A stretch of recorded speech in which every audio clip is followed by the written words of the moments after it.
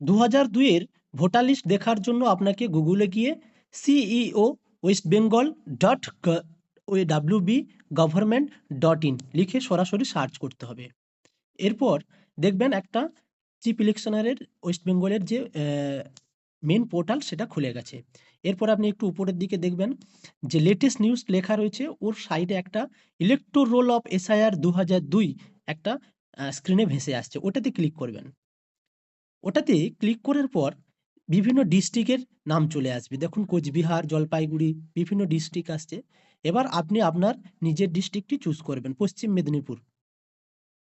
এরপর পশ্চিম Medinipur district choose করার পর দেখবেন যে পশ্চিম মেদিনীপুর ডিস্ট্রিক্টের আন্ডারে যতগুলি অ্যাসেম্বলি অফ কনস্টিটিউশন রয়েছে, অর্থাৎ যতগুলি বিধানসভা রয়েছে, প্রত্যেকটাই চলে আসছে। এবার আপনি আপনার নিজের যে বিধানসভা সেইটাকে ক্লিক করবেন। নিজের বিধানসভায় ক্লিক করার পর আপনার ওই বিধানসভার আন্ডারে যতগুলি বুথ রয়েছে প্রত্যেকটার লিস্ট চলে আসবে। আপনি আপনার বুথটি খুঁজবেন। ধরুন আমি এখানে নিচ্ছি মোহমণি প্রাইমারি স্কুল।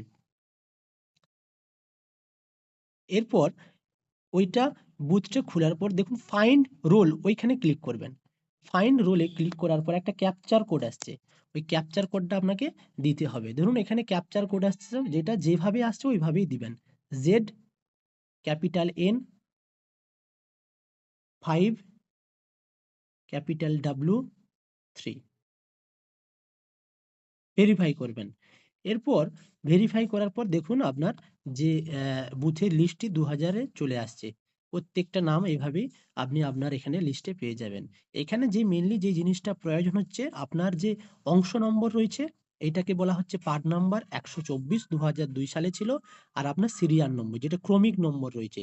দেখুন এখানে প্রত্যেকটার নাম রয়েছে ১, ২, ৩ করে নাম রয়েছে। ১ এ বেগম আবেদা, ২ রহমান কোচি, এইভাবে এগুলো হচ্ছে আপনার সিরিয়াল নাম্বার।